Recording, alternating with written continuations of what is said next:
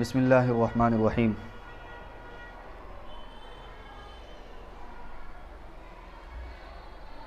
फ़स्लुन अलवाजिबु बिहुक्मिल अम्र नौआनी अदाउन व क़ज़ाउन। बात चल रही है अम्र की। देखिए, अम्र की बड़ी लंबी बहस है।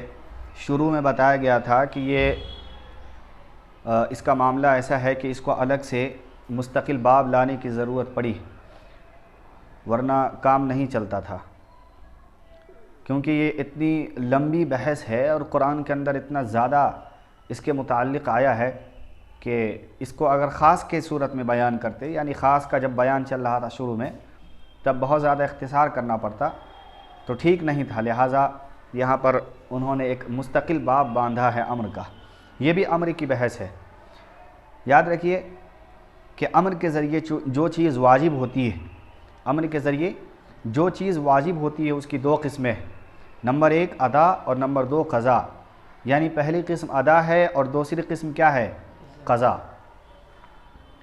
तो जो चीज़ अम्र से साबित हो जाए, यानी मामूर बिही से जो चीज़ें वाजिब हो जाएगी, उसकी दो किस्में बनेगी। नंबर एक अदा और नंबर दो क़ज़ा। याद रखिए कि क़ज़ा जो होती है, ये क़ज़ा भी मामूर बिही से साबित शुदा हुक्म होता है। ठीक है। अब मसला ये है कि अदा और क़ज़ा के अंदर फ़र्क क्या है। तो ये तो आप बचपन से पढ़ते हुए आ रहे हैं कि भाई अदा जिसको वक्त में अदा किया जाए और जो वक्त से वक्त निकल जाए वो क़ज़ा हो जाती है। ये भी तारीफ़ ठीक है, लेकिन चूँकि हम किताब में ज़रा सा बारीकियाँ भी होती है, उसको देख लीजिए कि फ़ल अदा इबारतुन अन तस्लीम ऐनिल वाजिबी इला मुस्तहिक़्क़िही, कि ऐन वाजिब को उसके मुस्तहिक़ तक पहुँचा देने का नाम अदा है। ऐन वाजिब को उसके मुस्तहिक़ तक पहुँचा देने का नाम अदा है। ऐन वाजिब यानी वो चीज़ जो वाजिब हुई है फ़ी नफ्सिही, उसको अदा कर लेना, उसको उसके मुस्तहिक़ तक पहुँचा देना, इसी का नाम अदा है। और क़ज़ा क्या है? मिसले वाजिब को उसके मुस्तहिक़ तक पहुँचाने का नाम है। एक है कि ऐन वाजिब और एक है मिसले वाजिब। मिसले वाजिब के अंदर जो है मिसले सूरी भी आ सकता है, मिसले मानवी भी आ सकता है, यानी उसकी कीमत भी आ सकती है या उस जैसी दूसरी चीज़ भी आ सकती है। मिसले सूरी और मिसले मानवी की तारीफ़ हो गई। तो ऐन वाजिब को उसके मुस्तहिक़ तक पहुँचाने का नाम यह अदा है, और मिसले वाजिब को उसके मुस्तहिक़ तक पहुँचाने का नाम क्या है? बोलो, क़ज़ा। तो फ़ल अदा इबारतुन अन तस्लीम ऐनिल वाजिबी इला मुस्तहिक़्क़िही वल क़ज़ा इबारतुन अन तस्लीम मिसलिल वाजिबी इला मुस्तहिक़्क़िही। दोनों की तारीफ़ जो है उसके अंदर सिर्फ़ आप जो है ऐन और मिसल का लफ्ज़ बढ़ा लेंगे तो तारीफ़ मुकम्मल हो जाएगी।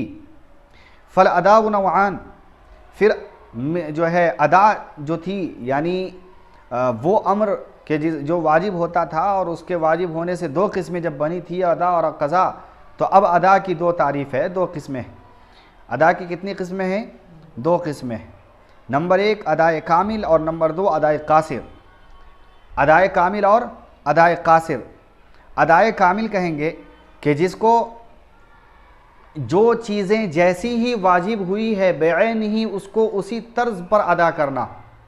यह उर्दू में तारीफ़ मैंने किया, यानी जो चीज़ें जैसी वाजिब हुई है उसको बेऐन ही उसी तरह, समझ रहे हैं, अदा करना। ये क्या है?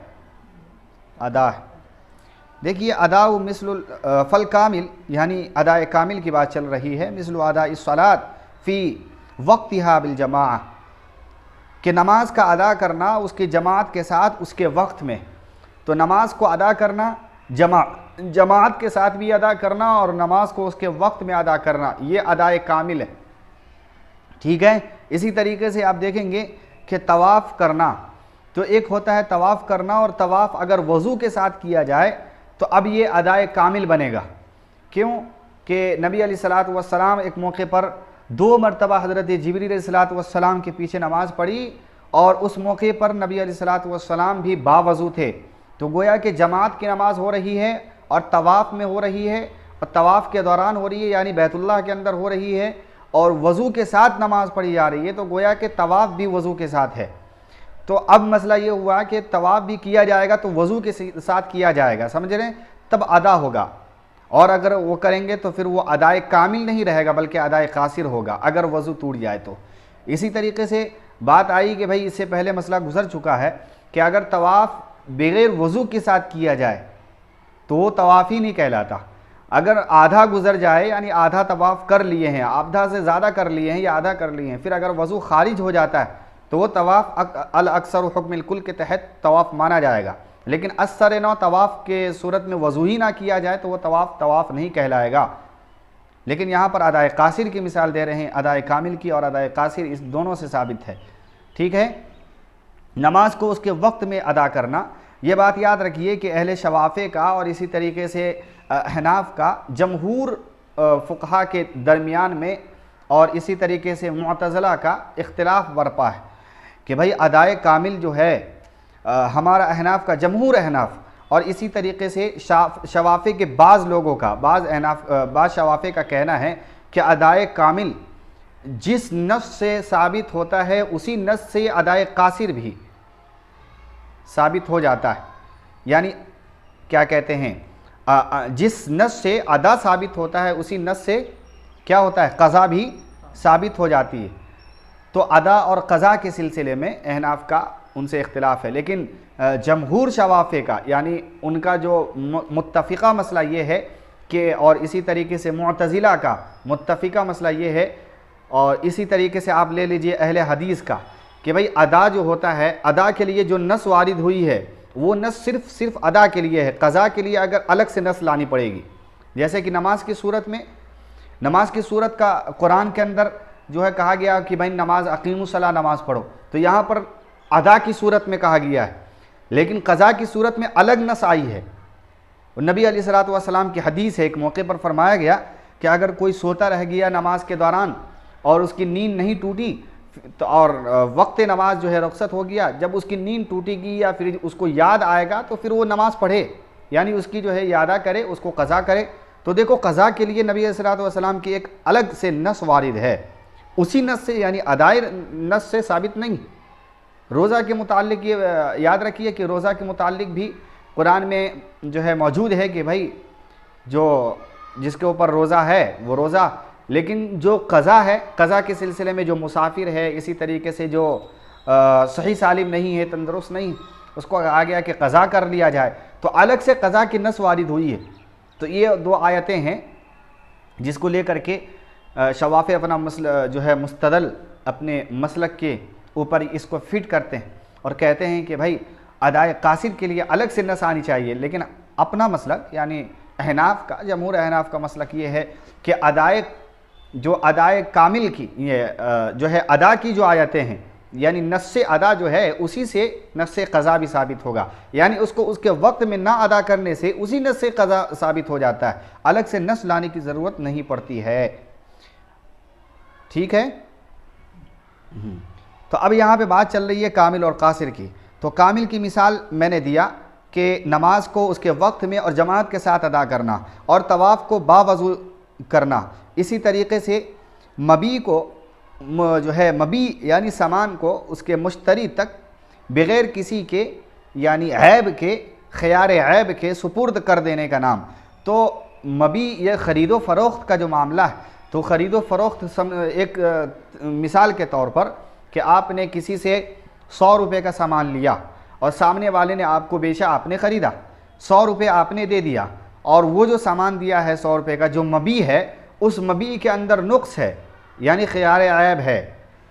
अब जब नुक्स है तो वो यानी जो ख़रीदो फ़रोख्त का मामला हो गया है वो बातिल हो जाएगा अगर नुक्स निकला तो। ठीक है, तो उसी जिस तरीके का बात हुआ है, जिस तरीके का आपका फ़ाइनल बात हुआ है कि ये सामान है और ऐसा है, इसकी क्वालिटी ऐसी है, अगर बेऐन ही सही चीज़ है तो ठीक है, अदाए कामिल है। लेकिन अगर उसके अंदर नुक्स है तो फिर अदाए कासिर है। तो मबी को सही उसके मुश्तरी तक पहुंचा देना ये इक़्तिज़ाए अक़्द के मुताबिक होगा, उसी की तरह होगा। इलल मुश्तरी व तस्लीमुल गासिब गासिबुल ऐन मक़सूबा कमा गसबहा। इसी तरीके से एक इंसान है कि एक मक़सूब किया, एक शय को चोरी किया, गसब किया। अब ज़ाहिर बात है कि जो मक़सूबा चीज़ है वो गासिब के ऊपर ये फ़र्ज़ वाजिब है कि उसके मालिक तक पहुंचा दिया जाए। लिहाजा मालिक तक पहुँचाना उसको उसी सिफत के साथ जिस सिफत के साथ उसने गसब किया था, किसी ने किसी की ज़मीन गसब किया या किसी ने किसी का कोई सामान गसब किया, अब उसके अंदर उसको जो है तगय्युर और तबद्दुल करने का इख्तियार नहीं है, उसको बेआइन ही उसी शक्ल व सूरत के साथ उसको देना ये अदाए कामिल है। लेकिन अगर उसने उसको यूज़ कर लिया है या उसके अंदर और भी चीज़ें का तफावुत हो गया है फिर दे रहा है तो ये अदाए क्या है, कासिर। कुछ मिसालें आगे देख लिए, कमा गसबहा व हुक्म हादा नौ, और इस नौ का हुक्म ये है कि अन युहकम बिल खुरूज अनिल उहदा, कि अदा करने से यानी उसको दे देने से, उसको अदा करने से अपने ओहदा से बरी ज़िम्मा हो जाएगा।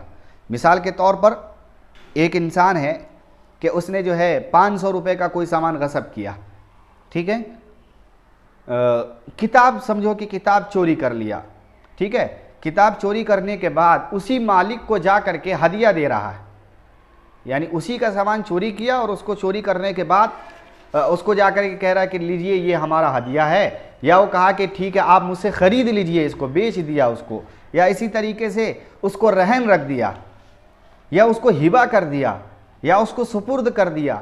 इस सूरत में जो भी काम करेगा तो देखो असल जिसका माल था मालिक तक पहुंच रहा है, लेकिन पहुंचने की सूरत अलग है, वो हिबा कर रहा है या उसको दे रहा है या उसको जो है रहन रख रहा है या मालिक तक पहुंचा रहा है या बेच रहा है किसी भी तरीके से। लेकिन जब माल उस मालिक तक उसी का माल पहुंच जाएगा तो अब दोबारा उसके ऊपर लौटाना कोई ज़रूरी नहीं होगा कि भाई तुमने तो ये हमें बेचा है लिहाजा यही माल दोबारा हमें ला के दो, बल्कि वो माल उसको मालिक रख लेगा। और जब मालिक वो माल रख लेगा तो अब जो है रहन की सूरत ख़त्म हो जाएगी। इसी तरीके से मकसूबा जो है माल जो उसको बेचा है उसकी कीमत उसको लौटाना कोई ज़रूरी नहीं, बल्कि उसका माल उस तक पहुंच गया है, या अल्लाह का शुक्र अदा करना चाहिए उसको। फिर हिबा करना, हिबा का मामला ही ख़त्म हो जाएगा, वहाँ से रहन का मामला ख़त्म हो जाएगा, और इसी तरीके से ख़रीदो फ़रोख्त का जो मामला था वो भी ख़त्म हो जाएगा, ठीक है। तो मालिक तक जब वो माल पहुँच जाएगा तो ये चीज़ें जो ख़त्म हो जाएगी और वो चीज़ अदा कहलाएगी। क्या कहलाएगी वो, क्यों कहलाएगी? जैसे कि हमने ऊपर मिसाल से समझा है, ऊपर जो कायदा कुल्लिया बयान किया गया उस कायदा कुल्लिया के मुताबिक ये उतरा है, लिहाजा हमने इस मसले को मुतफर्रे किया है उस मसले पर, ठीक है। तो युखरजु अनिल उहदा, तस्लीम यानी उसको सुपुर्द कर देने से, यानी उसकी ज़िम्मेदारी से वो चीज़ निकल जाता है। अब दोबारा उसको सानियन दूसरी मरतबा उस मालिक को वो माल पहुँचाना और देना दूसरे तरीके से अब कोई ज़रूरत नहीं, बल्कि वो माल जिसका था उस तक पहुँच गया है, अब मामला वहाँ से ख़त्म हो चुका। व यकूनु ज़ालिकल अदाउल हक़्क़ी, तो उसके हक़ में ये अदा कहलाएगा और लग़्व हो जाएगा उसकी सराहत, यानी बै, हिबा, गसब, ये तमाम की तमाम चीज़ें जो उसने किया है वो ख़त्म हो जाएगा, ठीक है। आगे पढ़ेंगे कल।